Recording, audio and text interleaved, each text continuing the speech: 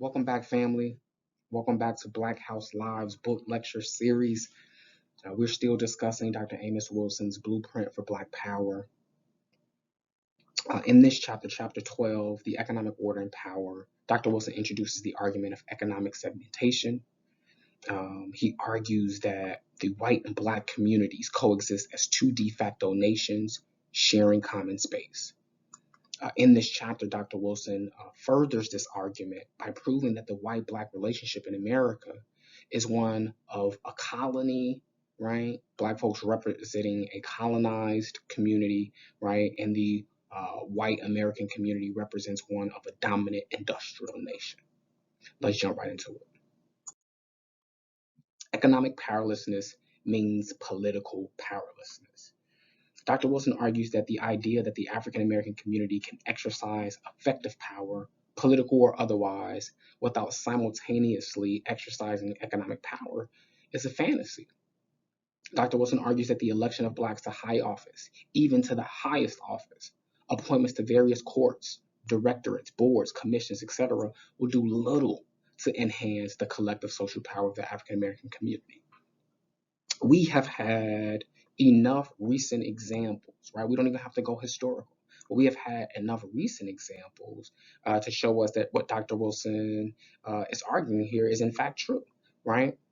Dr. Barack Obama, Dr. Ketanji Brown, and Dr. Kamala Harris, right? These folks, Obama was elected to the highest office of the country, right?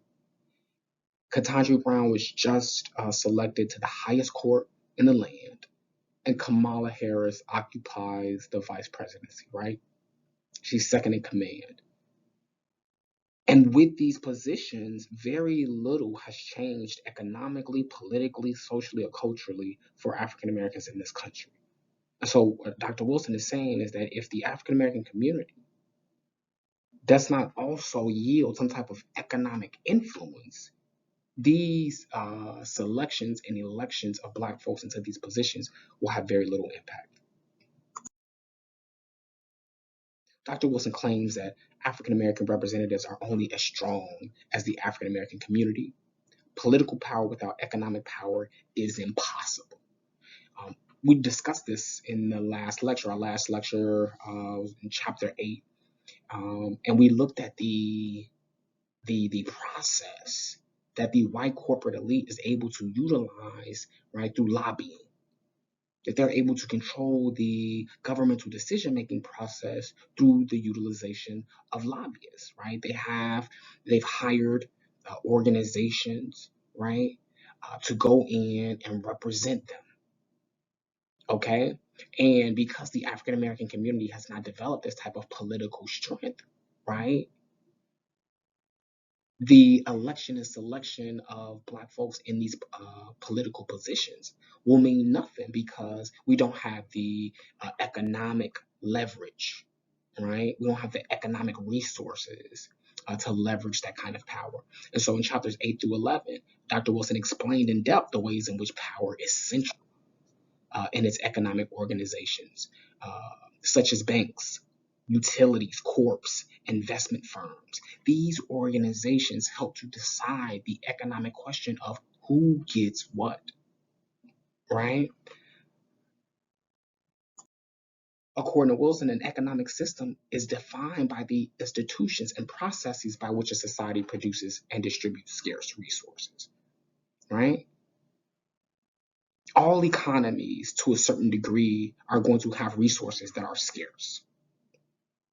And when resources are scarce, there has to be a system that decides who gets what and who doesn't. In our last slide, right, Dr. Wilson argues that the white corporate elite, the white American community, has developed a means of, dealing with its scarce resources. They've developed a means of deciding who gets what and who doesn't, and it is through their economic organizations. Dr. Wilson argued that the African American community has not reconciled the problem of economic scarcity in the same way that other groups have. We have not developed our banks. We have not developed our corporations. We have not developed our investment firms, right? That are going to protect our economic interests. That's going to yield positive economic results for our community. We have to do that work. According to Dr. Wilson, the wholesale exclusion of Black people from participation in the white dominant political economic system, its physical and residential separation from the white American community serves to define the white and Black community as de facto nations sharing the same continental space. Right? So we opened up in our intro talking about economic segmentation.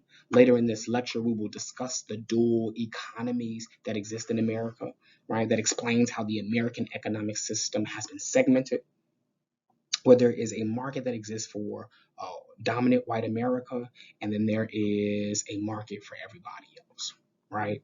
We somehow foolishly believe that the economic market exist for all of us to participate and compete collectively. And Dr. Amos Wilson has been making that argument for several chapters now that the African American community has by and large been excluded from participating in the current economic system. Citing Tabb and others, Wilson claims that the American ghetto in relations to the white American community, it closely parallels those between third world nations and the industrial advanced countries of the world.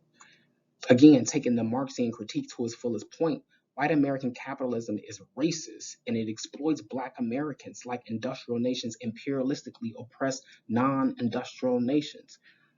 Amos Wilson is taking the Marxian critique to its fullest point, something that Marx didn't even do, right? That capitalism does not just exploit the laborer, but white American capitalism is racist and it exploits Black Americans like industrial nations imperialistically oppress non-industrial nations, right? And so while we recognize that laborers in general are exploited, we have to aggregate, right? And break down and look at the ways in which Black people, people of color, are disproportionately, right, exploited by this white American capitalism. And one could go even a step further and argue that white American capitalism is designed, right, in its essence to specifically exploit the African American community, right, in order for it to maintain its dominance. Wilson goes on to argue that in order for relations like these to exist, two things must be true. There must be economical control and exploitation, right? And there has to be political dependence and subjugation. And so we recognize that the Black community is economically controlled and exploited by the dominant white society. We also recognize that African American folks are politically dependent on politicians in ways that other groups are not. And as a result of that, are subjugated politically, right, because of its lack of political strength and political power. Dr. Wilson provides readers with a list of economic characteristics that help to explain the reality, right, the current situation of the economically oppressed African American community. Let's start with A.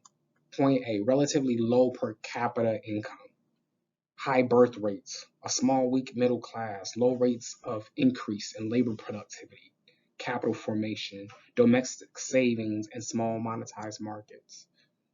Point B, an economy heavily dependent on external markets where demands for its human and material resources are relatively static or declining. Let's keep going. C, a relatively high desire to consume the products enjoyed by wealthier populations, which works to increase the quantity and value of important goods and services over and above quantity and value of goods and services, human and non-human capital, exported. Its major export is unskilled labor. D, much of the small modern sector of the economy is owned by outsiders. Local entrepreneurship is limited as its managerial know-how. E, local markets are relatively limited. Business lack capital, saving rates are low, and what is saved is usually not invested locally. The incidence of credit default is high. F, unemployment is prevalent. Welfare payments, i.e. governmental transfer, are needed to help pay for the community's requirements. Important jobs in the local public economy, teachers, firemen, policemen, are held by outsiders. G, the economic and social infrastructure and relatively disarticulated, fragmented, disorganized, and disunited. So the economic and social infrastructures are unorganized and disunited.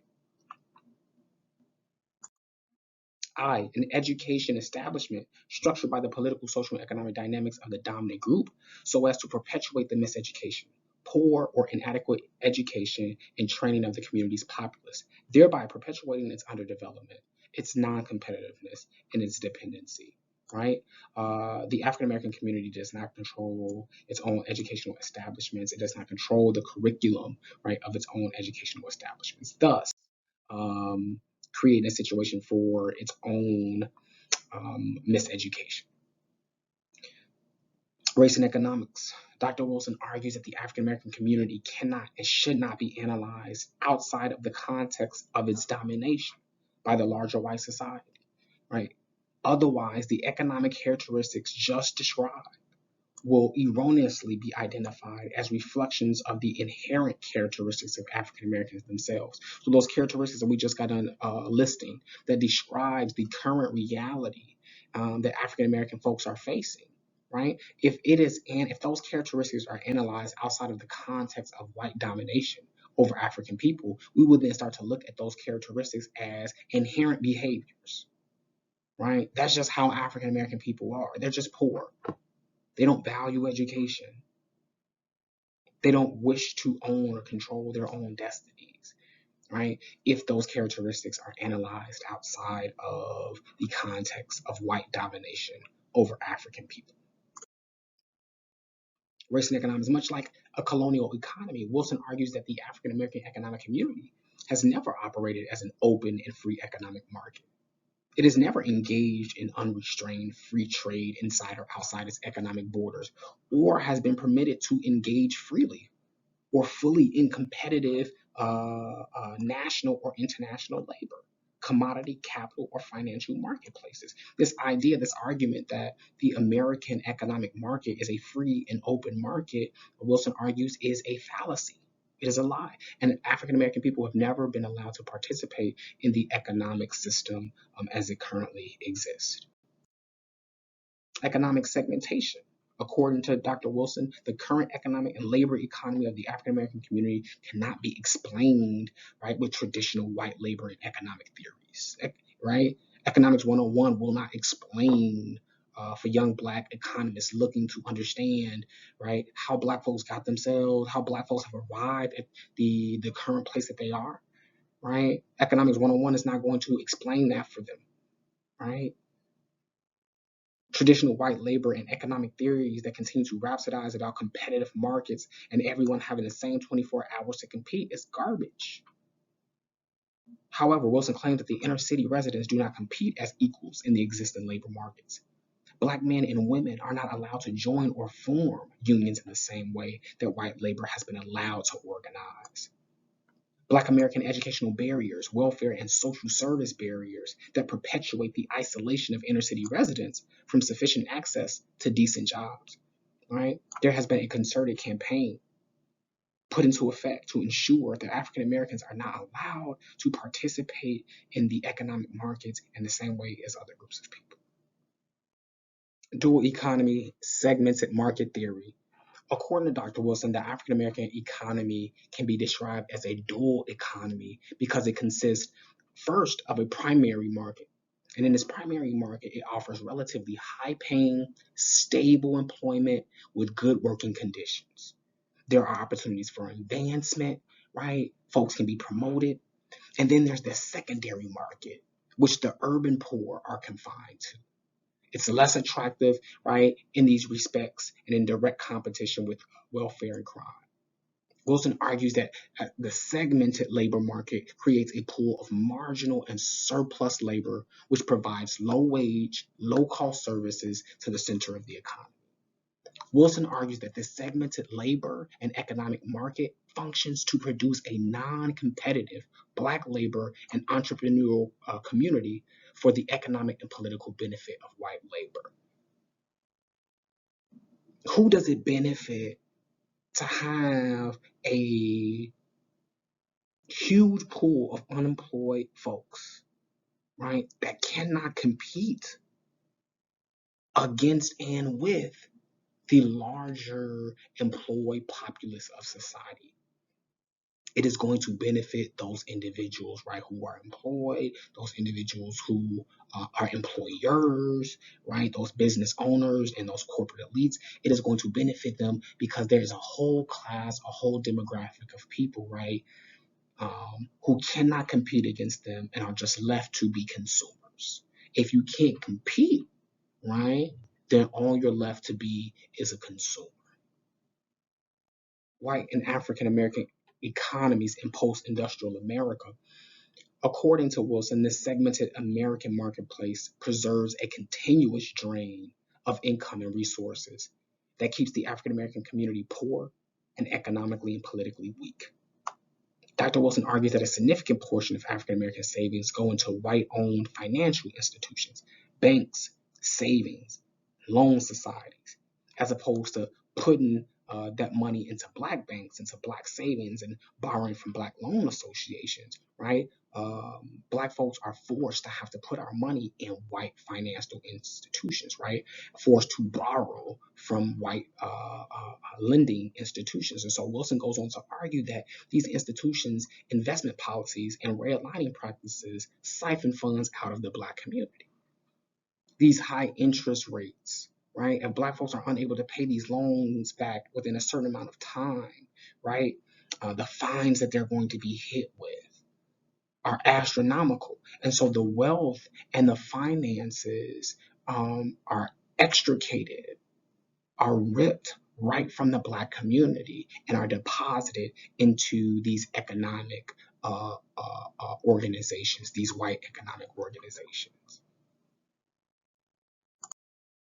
Dr. Wilson argues that the drain of income from the African American community is a result of the African American community having to purchase goods and services produced and sold outside the community, spending their monies outside the community, ultimately seeking their prosperity outside of their own communities and networks, right? And so Wilson argues that this means not only the loss of money, right? But it also means the loss of our most prized commodities, our most intelligent members of our community, our children, right? Our brothers, our sisters, our aunts and uncles who are capable and imaginative people, right? We will lose them to, outside organizations, to outside groups that promise rewards, right? That promise trinkets greater than what we can currently provide them or offer them, right? And so, in the current markets and economies that we live in, right? Black folks are unable to participate in the markets. And because there are very little opportunities within their own economies, Black folks, African people the world over are forced to engage with people outside their communities to seek their prosperity.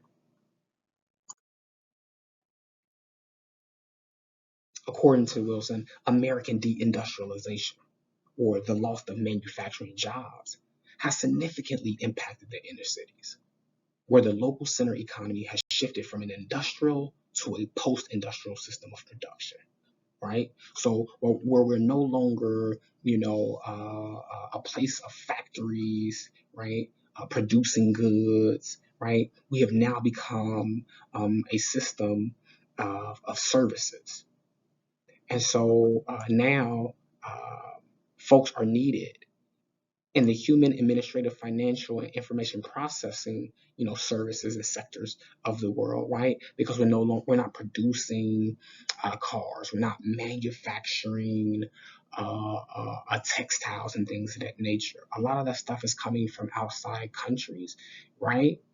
And so because we have now moved from an industrial society to a post-industrial society, this has completely restructured and re-engineered the local economy as well as the global economy. We're going to talk about this and unpack this here.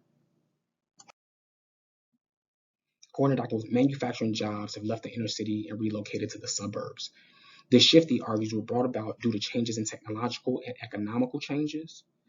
As production methods were changing, white flight had relocated much of the country's wealth from the inner cities to the suburbs, which made the suburbs more attractive for large wholesale and retail companies, right? And so, as we've seen with white flight, right, a lot of resources in the communities leaving once white residents left the community. Dr. Amos Wilson is arguing that white corporations and white businesses also left as a result of white flight in America, right?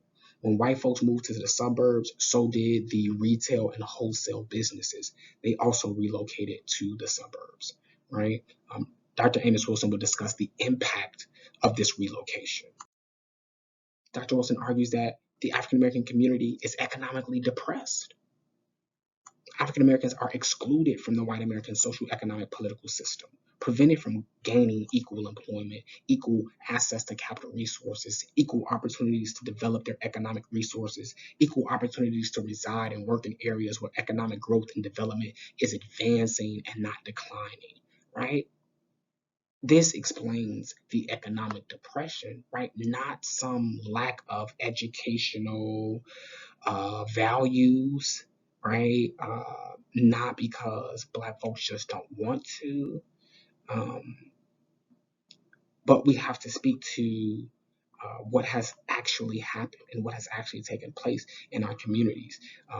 African American folks have been excluded from participating.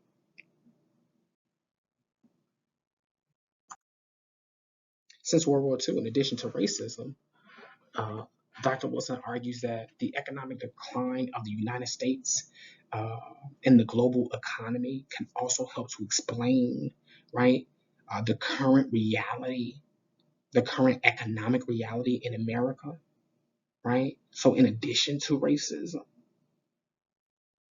the United States no longer occupies the economic position, the economic dominance that it once did in the world.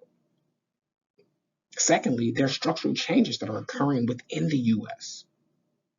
And global economies are factors that also contribute to the overall negative impact on the economic conditions of African American communities. So, what Dr. Wilson is saying is while racism has played a significant role, right, in the oppression of the African American community, it is not the only explanation. It is not the only explanation. It can also be explained due to America's economic decline, right? And due to the internal structural changes that are occurring in the United States. Let's explain this further.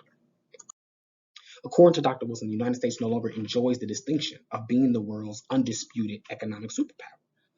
Other industrialized nations have made advances, right, that have altered the global economic order. We can talk about Russia, we can talk about China, we can talk about Japan, right? We could talk about Germany. We could talk about these other places around the world that have surpassed the United States. Other industrialized nations have made advances that have altered that global economic order. The erosion of American preeminence appears in several key indicators of economic performance, such as the United States productivity growth rate has slowed dramatically, falling behind that of major international competitors. Just to be very clear, much of the data presented in this book was first published, right, came out in the 1990s. And so the research comes out of the 70s and the 80s. I think I saw something in the book or something that was cited even as late as the 50s, right, the 50s and the 60s.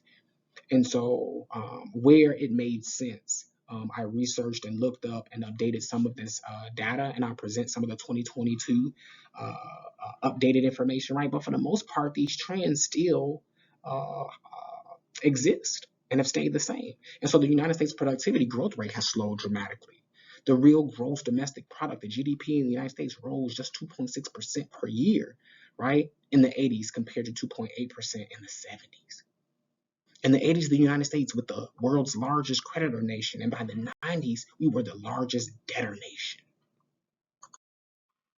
The federal budget has skyrocketed while the national debt has also increased.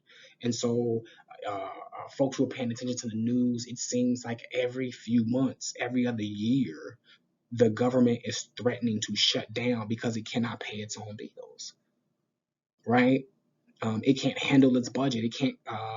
The Republicans and the Democrats can't seem to agree to come up with a number for what the budget is going to be. Are we going to increase spending, right? Are we going to borrow more money? Wage growth has dipped in the US, while in other nations, wages have increased. Family incomes in the United States have stagnated, but income inequality has widened, right? Again, these are just some of the trends that Dr. Amos Wilson noticed that helped to explain America's economic decline. Wilson argues that the major structural changes in the United States economy has been a steady shift from the production of manufactured goods to the production of services, right? So in addition to racism, in addition to the decline, America's economic decline in the global economy, Dr. Wilson argues that the negative economic reality, the oppression, the economic oppression of the African American economy can be explained due to the major structural shifts. And that major structural shift in the United States economy is the fact that we are no longer an industrial society, but a post-industrial society. Wilson argues this shift has negatively impacted the African American community more so than anyone else. And yet, with this shift from industrial to post-industrial, African Americans' dependency on the manufacturing economy means that it is a bad fit for Black folks to continue to seek out and become employed in the manufacturing field. Wilson argues that African Americans are underrepresented in the fastest growing occupations, right? Executive, administrative, managerial, tech, etc., and are overrepresented in those that have the slowest projected growth. In the hospitality industry, the hospitality service industry, the domestic servants industry, the nursing aide, right, correction officer. These jobs, according to Dr. Amos Wilson, right, have the slowest projected growth. But this is where all of the Black folks are congregated in terms of jobs. And so this is a bad fit. And Dr. Amos Wilson is suggesting that African Americans start to apply and situate themselves, right, in jobs and in employment that have significant growth, significant projected growth. Solutions. According to Dr. Wilson, the only solution to the economic bad fit that African Americans currently find themselves in is the placing of African Americans in occupations with the most projected growth instead of occupying jobs with very little growth potential. I was giving a talk a few months ago, right, where we were talking about matching African American students with the right educational institutions, right? We only seem to talk about fit when it comes to educational schools, but we don't talk about fit when it comes to employment. And Dr. Amos Wilson is saying that we are doing a disservice by our children and by our community by not assisting them, by not encouraging them, right, to be placed and find employment and seek employment in places with higher projected growth potential. The simple sending of our children to college and hoping that they find a job once they graduate is no plan for the future. We must help them guide, we must help to guide and direct the futures of our young people into strategic economic sectors that are going to produce the most long-term impacts. Dr. Wilson argues that American deindustrialization, the loss of manufacturing jobs, as such, is only one of the explanations for the American economic decline, but that it has also been due to white America's external and internal policies as they relate to power and race relations, right? According to Dr. Wilson, the military priorities of the U.S. has been such that enormous wealth has been siphoned off by the military, geopolitical investments, right?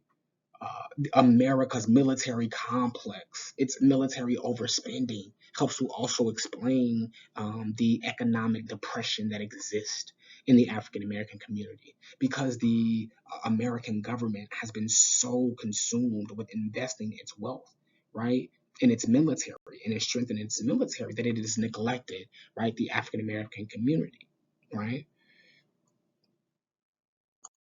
In addition to America's military overspending, Wilson argues that the sale and transfer to other nations advanced technology via licensing agreements, patent sales, and other forms of technology transfer has aided in the rapid diffusion of technology and managerial know-how, across international borders. The United States has sold its technological licensing agreements, right, to other countries, allowing those countries to now compete with America, right, in real time, right, or at lightning speed, outpacing America because we've provided them with that technological know-how, right? Meanwhile, folks in the inner cities of America are technologically illiterate. They are in risk of being left behind by the technological advancements that are being made. Meanwhile, we are selling the licensing agreements to other nations. Wilson argues that American corporations are exporting America's future and undermining its industrial base. Wilson reminds us that all foreign competition is not truly foreign.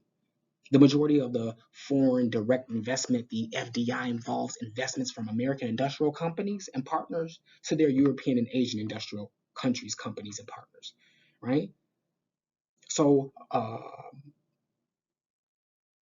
when we talk about foreign competition in the media, we somehow assume that there is a technological arms race that is occurring between nations at the same time, right?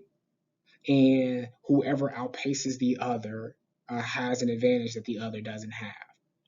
But what Wilson just described to us in this chapter is that America was supplying the information, the know-how, the resources to other nations, right, that allow them to compete with America in real time. And in some instances, they outpaced America,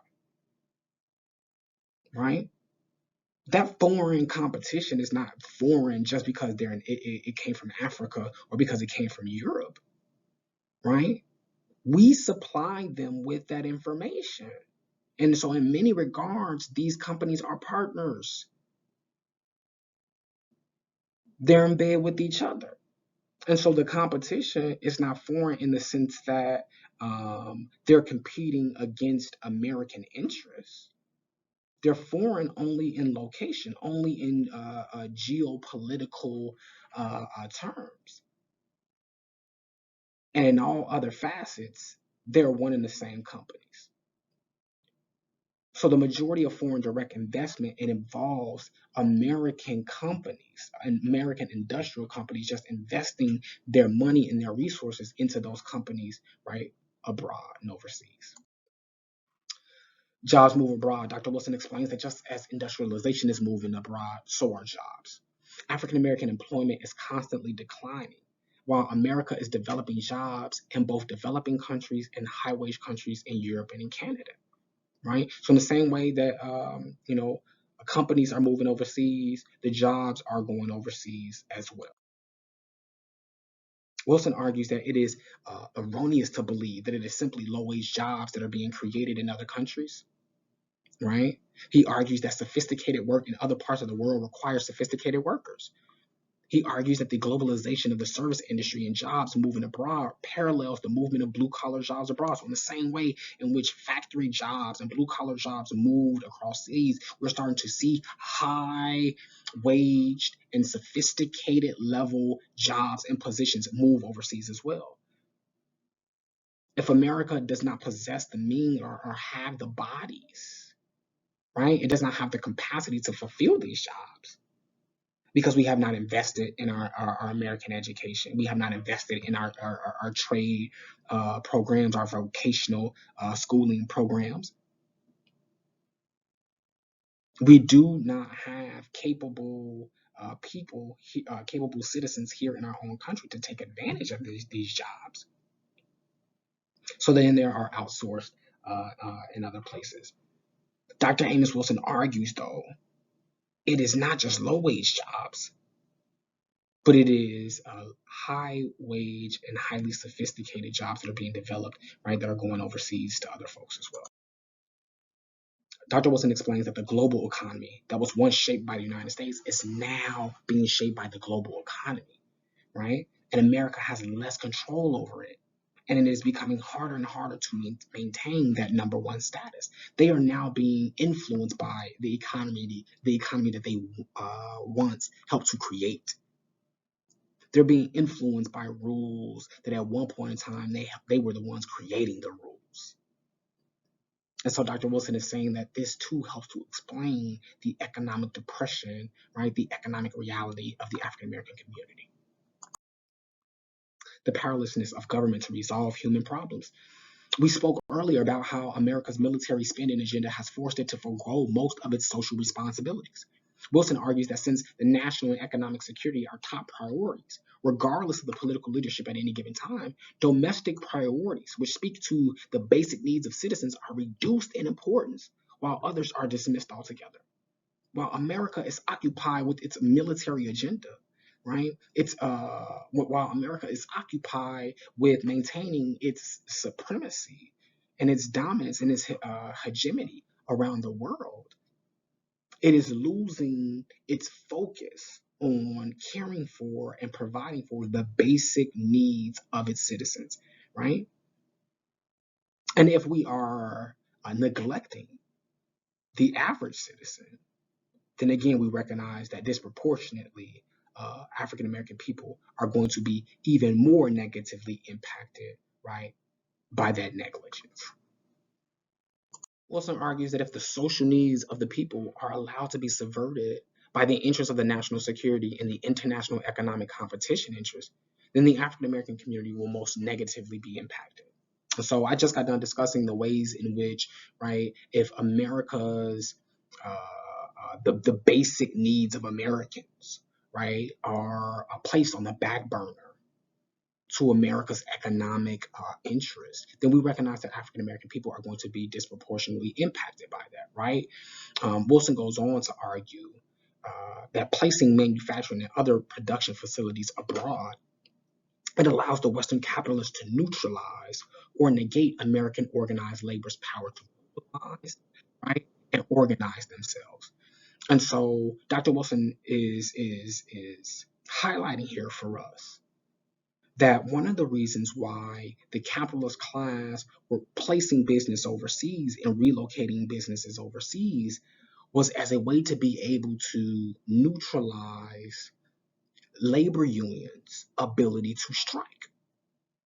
So if labor unions and labor workers said, hey, these companies aren't paying us the wages that we desire, we're not being treated fairly in the ways in which we deserve to be treated, so we're going to strike, right? We're going to stop production. At one point in time, those workers stepping off the job and striking gave them leverage and provided leverage to force, right, those administrators, those CEOs to the table to negotiate. Well, those capitalists today have placed or recreated those same companies in other countries where they pay those workers severely less, right? Or maybe slightly less than what they pay their American and Western workers. When their American workers strike or step off the jobs, there's no impact because they're just able to increase the production and the work of their workers overseas. Okay? So Wilson argues that the Western capitalists have strategically neutralized or negated American organized labor's power to mobilize and organize themselves, right, against the white capitalists. This allows the capitalists to make up for production losses due to strike in the U.S. by increasing production abroad. In addition to the capitalist class ability to neutralize organized labor's power to strike and slow production, the capitalist class has started to employ more part-time workers and temp workers to ensure not having to pay their full-time employees overtime, increase wages, or cut executive and administrative salaries, right? So again, in addition to being able to neutralize, right, the strike, the capitalist class have started to employ more part-time workers to ensure not having to pay overtime, right? They don't have to lay off anybody, and they certainly don't have to cut their own salaries. reactionary outcomes of global competition. Dr. Wilson argues that an approach to industrial organization referred to as re-engineering.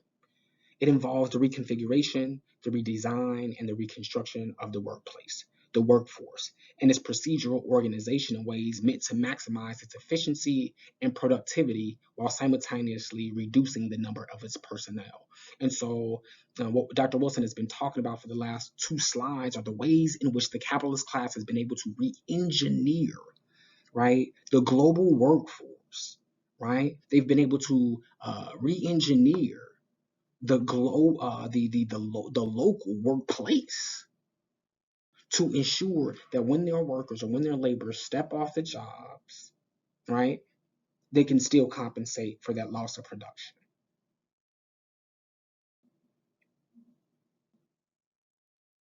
The capitalist class are organizing themselves to maintain their power. All other classes of folks have to do the same thing. Losing ground, according to Wilson, some economic analysts believe that recessions can be deliberately engineered by the corporate elite as a means of disciplining organized labor. Wilson argues that by creating a sizable unemployed or underemployed workforce or threatening to lay off workers if they continue to make demands of higher wages or do not make certain concessions compatible with corporate elite economic interests, right, then these folks will cause a recession to happen. I thought this was one of the most eye-opening, mouth-dropping points made in this chapter. The idea that recessions can be engineered, right? How many of us know that recessions are not natural disasters, but in many ways are social constructs?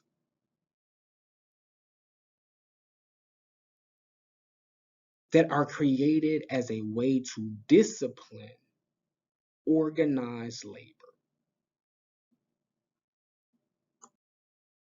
Wilson argues that recessions allow the corporate elite to restructure their production facilities, restructure the market, and even the economy. Wilson argues that this restructuring means deciding who remains employed, who gets fired in the restructuring process. Employees employed prior to the restructuring may not be retained after the restructuring takes place because those employees no longer fit into the new system, right? They do not possess the skills needed to take the company to the next level, or they are new, right? And so there's more new or more efficient technology that can replace these folks, so they're expendable now. They don't need them in the same way. And so the restructuring and the re-engineering of production facilities, the restructuring and the re-engineering of the economy and the marketplace has allowed the corporate class to be able to benefit regardless of who the workers are, regardless of if we are in the West or if we are in a third world nation. They've found a way to be able to compensate for all of these things, right?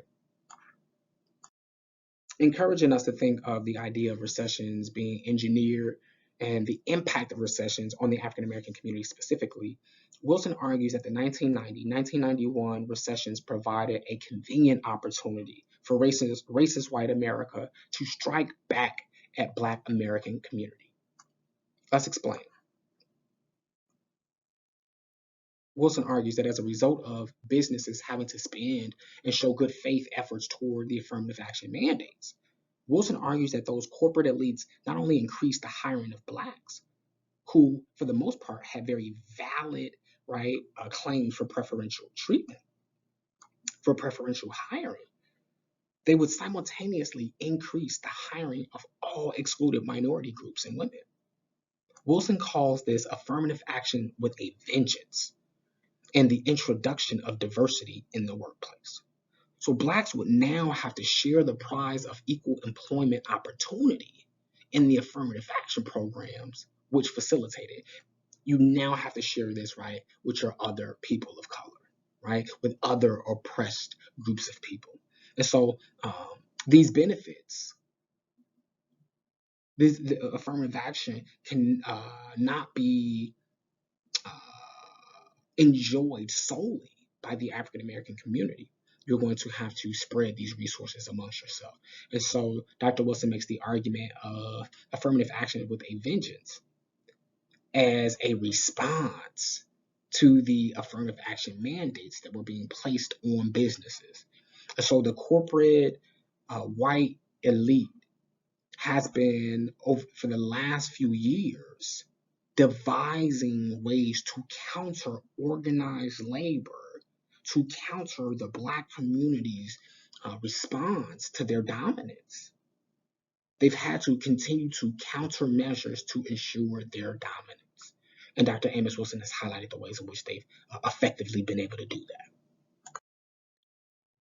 Citing the Wall Street Journal from 1993 titled Losing Ground, in the latest recession, only Blacks suffered net employment loss. The report found that Blacks were the only racial group to suffer a net job loss during the 1990-91 economic downturn. Right? The report found that the nation's largest corporations shed Black employees at the most disproportionate rate. Blacks lost a net of 59,479 jobs at these businesses during the recession, while Asians and Hispanics both made gains. Asians gained a net of 55,000 jobs and Hispanics a net of 60,000 jobs. Black workers were especially hard hit in blue collar jobs, losing nearly 1/3 of the net 180,000 such slots lost. Right? So again, Dr. Wilson's just showing you that, yeah, there's a recession, and while there may have been impacts on all people, African American people are disproportionately impacted by these recessions. And the powers that be know this. Wilson's conclusion from the findings of the 1993 Wall Street Journal report was that the retail job losses sustained by Blacks were not the result of being replaced by better skilled or better qualified workers. Yet those job losses were more the result of corporate downsizing that disproportionately impacted Blacks, right? So we know the refrain, last ones hired, first ones fired. All right, Dr. Wilson is saying that Black folks disproportionately lost jobs in retail, right, to other groups of folks. These retail positions were not positions that require folks to have college level degrees or high levels of training. When these Black folks were fired, they simply just were not rehired back, right? And so when these companies downsized, when they restructured, when they re-engineered, right, their workplaces, they just left Black folks out. So going back to that argument originally, right, that Black folks have been excluded from being able to compete in this quote unquote free and open and fair market is straight hogwash. It's garbage. It's not factually based in reality. Wilson argues that Black job losses during the 1990-1991 recession can also be explained by the demographic shifts of whites and businesses, right, shifting and moving to parts of the country where Blacks are sparsely located. Wilson argues that the movement of 10 million whites from America's inner cities have not only been to nearly exclusive white suburbs and edge cities, but in rapidly increasing numbers to once underpopulated states like Oregon, Nevada, Wyoming, Colorado, Arizona, New Mexico, and the Dakotas, places known to harbor relatively very few Blacks. And so the corporations have led as well as followed the white exodus into the wildernesses of the country, leaving severely shrunken or closed operations in the inner cities. So when we talk about white flight, right, of white residents, we have to talk about the white exodus of these big businesses and corporations and the impact that that had, right? These businesses, as well as white folks, weren't just relocating for the sake of relocating. They were moving to places where there were very few Black folks. These white folks did not want to compete with Black folks for jobs. They didn't want to live next to Black folks, right, in their neighborhoods and their communities, right? So the white flight of residents and the white flight of businesses also created this economic depression in the inner city. Some solutions, according to Dr. Wilson, the African American community must become more self-centered, active in seeing to it that Blacks are hired in rapidly increasing numbers at all levels in corporate America. In the same way that we looked at how other ethnic groups have been able to protect their own interests, right?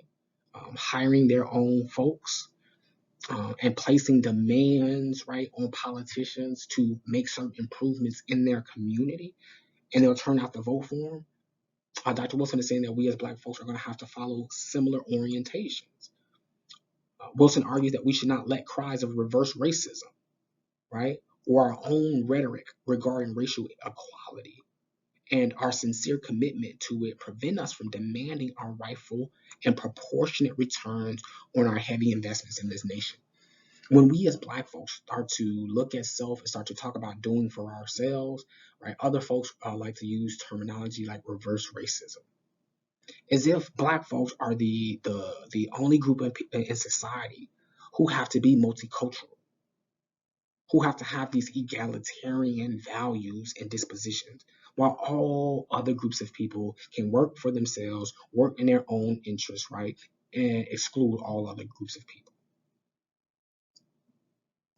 Dr. Wilson is telling us to reject that propaganda. Reject it.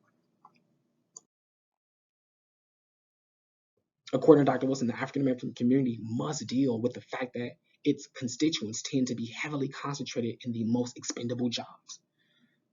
There is a poor fit. There's a horrible matching process that is going on in the Black community where Black folks are concentrated in jobs that have low levels of growth potential, right? And we are highly concentrated. We have low levels of representation, excuse me, in those jobs that have high potential for growth. So we got to do something about that. The African American community must rapidly and on a large scale upgrade the educational levels, skills, training, and experience of its workers and future workers. Moreover, it must take charge of its own economic destiny, put its economic and cultural house in order, and act to actualize its enormous economic and political potential. We talked in previous chapters about ethnic entrepreneurialism, the idea that African American people will be in a position to be able to hire our own folks, put our own people in strategic positions in community, right? We have to take control of our own economic destinies. We have to retrain, re-educate, relearn, right, our own people, because we recognize that the current market, the current society has excluded us from it. That they're not going to do it. It is against their economic interest. It is against their political interest to educate and allow us to compete in their markets. Citing Hellbronner, Wilson argues that it is the right of the owners of money or capital goods as private property to withhold them from use as their owners see fit. We discussed in chapter 1, lecture 1, right, that power, collective social power, is best demonstrated, right, by groups that are able to strategically decide who they're going to supply with those resources and who they are going to not supply with those resources. That's power. And here is Wilson just reminding us that it is the right of the owners of money or capital or any resource, any private property, to withhold, right, or provide that resource how they see fit. It is the right that enables the capitalist to dominate the sphere of trade and production in which his authority stands. Wilson reminds us that when capital is strategically supplied or withheld in this way, capital can exert its organizing and disciplining influence on a state, on individuals, and on groups, and influence their social, cultural, political, and economic interests. So we as a community, right, we as African folks have to organize ourselves strategically, right, around our resources, right, in the same fashion. Wilson argues that if African Americans and Africans across the diaspora are to achieve their liberation from white domination, whose ruling instrument is the regime of capital, they must either overthrow or subvert white capitalism, bring it crashing like Humpty Dumpty, hard to the earth, or masterfully wrest it from the hands of their white masters and victoriously fight fire with fire. In order for us to change our reality, y'all, we are going to have to develop our own instruments of economic power. We discussed in a few lectures back that if we've been excluded in the way that we've been excluded, why do we continue to fight to demonstrate ourselves to be American citizens when they have excluded us from participating as if we were full citizens?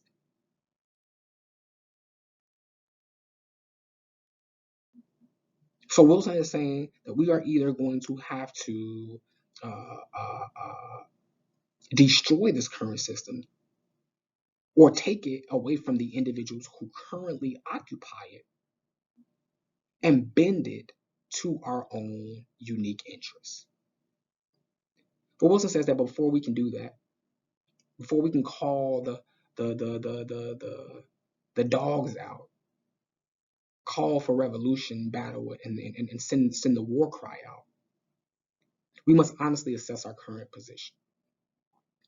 We must assess our resources. We must assess the potentialities, right, of us as well as our adversaries. For it is from such assessment that the strategies and the tactics for our success, that's what it's going to come out of.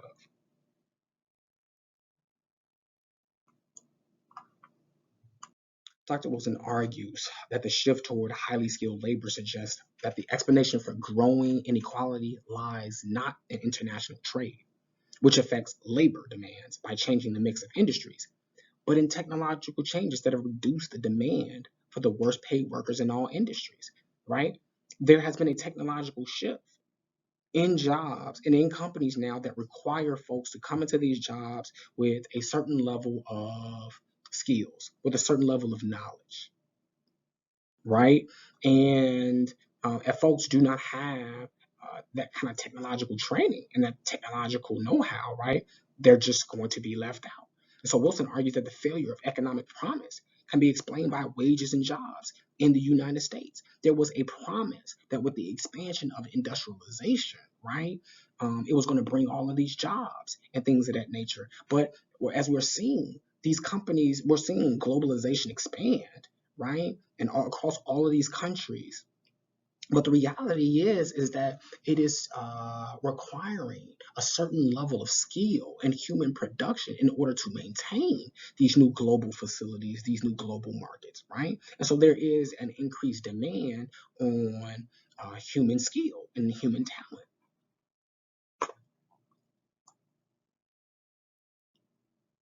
Wilson argues that ironically, the rise of poverty and unemployment in the Western world over the last 20 years has taken place in time of spectacular technological progress.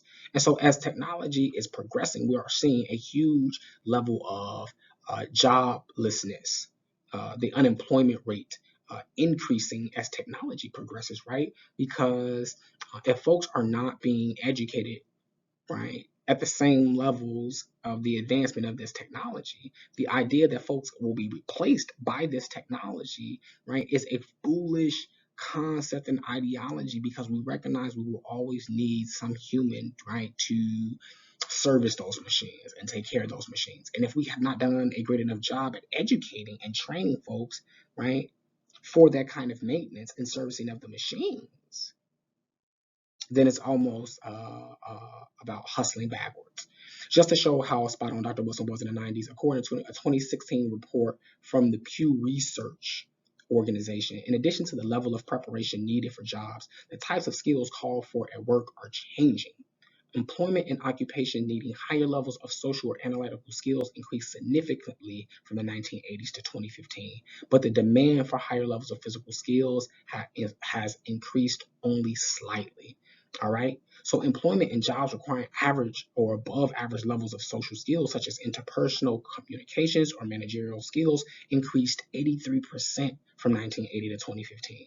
Meanwhile, employment and jobs requiring higher levels of analytical skills, such as critical thinking and computer use, increased 77%. Examples of jobs needing higher level social and analytical skills include chief executives, civil engineers, post-secondary teachers, and nurses. All right.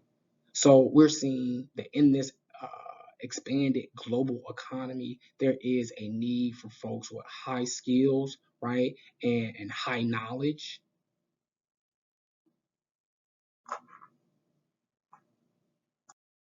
a contrarian view. Wilson argues that society will be composed of those who have good jobs and whose standard of living continue to rise, and those who are faced either with falling incomes or the prospect of a more or less permanent life of struggle. Right? We are moving into that reality with these segmented or dual economies, right? We're looking at a world where folks have good enough jobs where they're able to sustain a quality life, right? And everybody else who have these very low wage jobs and are struggling constantly, right, to be able to provide for self and provide for family. The economic future of the African. Dr. Wilson predicted that many members of the Black community who will be employed will be part-time employees or will be employed at minimum wages. Many will belong to the class of working poor. This implies that the African American community must fully and vigorously exercise the few options it has available to it, right? This is still the case in 2022, that much of the working class Black folks are working poor, are living paycheck to paycheck. And with the loss of just one of those paychecks, right, it will put that Black household, that Black family in a dire situation. According to Dr. Wilson, this implies that the African American community must fully and vigorously exercise the few options it has available to it. These options include a more effective push for affirmative action in a struggle against racial discrimination in the workplace, a massive increase in the quality of African human resources, right? And that would be increases in the level of job skills, training, and education. The political agitation for the passage of the Earned Income Tax Credit or negative income tax, i.e., the provision of income supports that gradually taper off as income rises, and the increase of Black wealth and employment through the economic expansion of the Black community, mainly through the ownership of business enterprises and equity investments and income earning resources. We'll discuss for the rest of this book. Uh, each lecture going forward will have some type of focus on the economic autonomy of Black folks, how African people the world over can be about the business of improving and radically changing their economic and political realities, right? And so Dr. Wilson is saying that if we have hopes of changing the current status quo, then these are some of the things that we're going to have to do in order to bring about that reality. Family, thank you for your attention, for your time. I look forward to engaging you in our next lecture, chapter 14 on race and economics. Peace, family.